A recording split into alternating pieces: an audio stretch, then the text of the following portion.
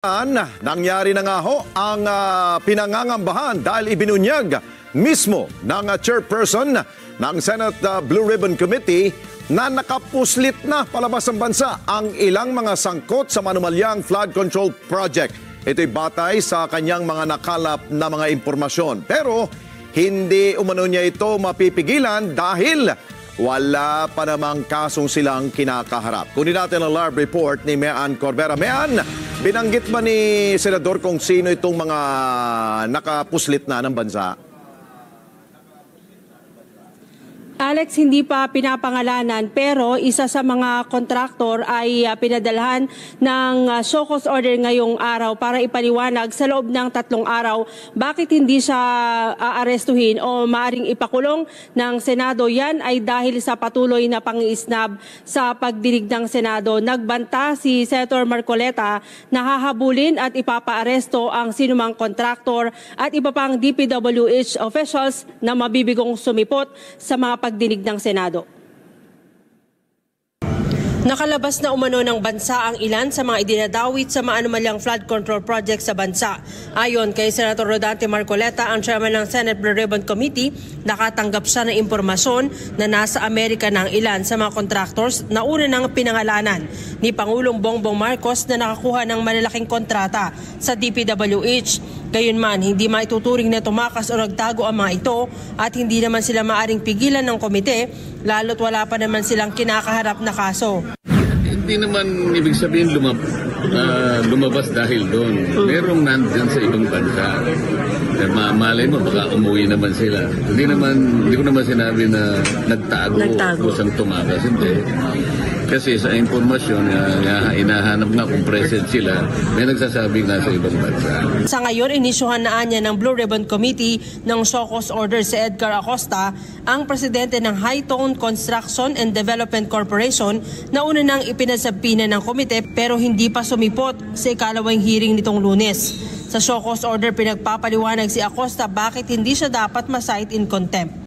Mga procedure kasi tayo, kailangan show cause order, pagka hindi naman niya in-observe yun, sabina, papulang sabina, mapipilitang buwaran.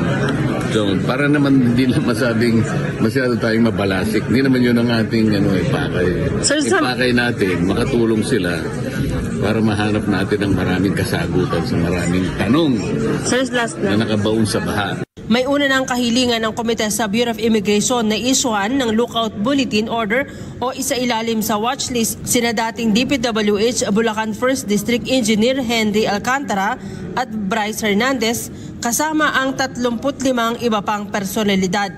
Para kay Senator Jinggoy Estrada, ang pag-alis sa bansa ng ilang sangkot sa anomalya ay maituturing na pag-amin ng kasalanan o guilty na sa katiwalian. Pagkaroon ng lookout. Oo. And pag umalis ka, that is an admission of guilt. Right means guilt.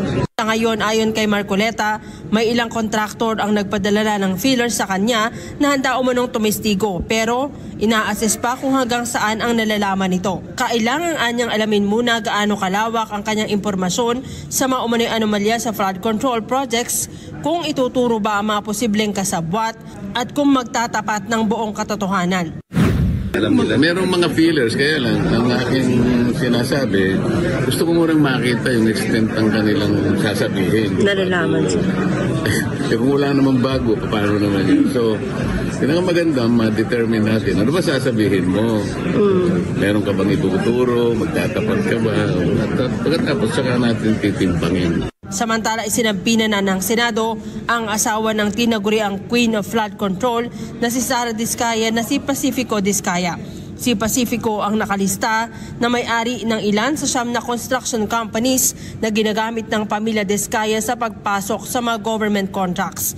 Ipinasabpinan na rin ng iba pang opisyal ng DPWH sa 1st District ng Bulacan, kabilang na sina Engineers JP Mendoza ang Chief of Construction Division at Engineer Juanito Mendoza ang Accountant 2. Ipinatawag na rin ang General Manager ng Darcy and Ana Builders na si Darcy Kimel Respicio ang General Manager ng kumpanya. Ang Darcy and Ana Builders ay una nang tinukoy ni Senator Ping Lacson na nasa likod ng mga ghost projects sa Bulacan.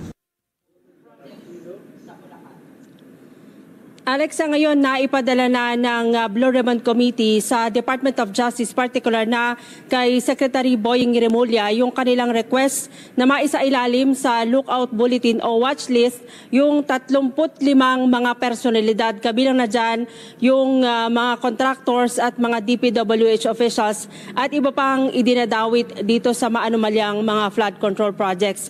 Sabi ni Marcoleta sa Lunes ay kailangan humarap ang mga ito sa ipinatawag na investigasyon.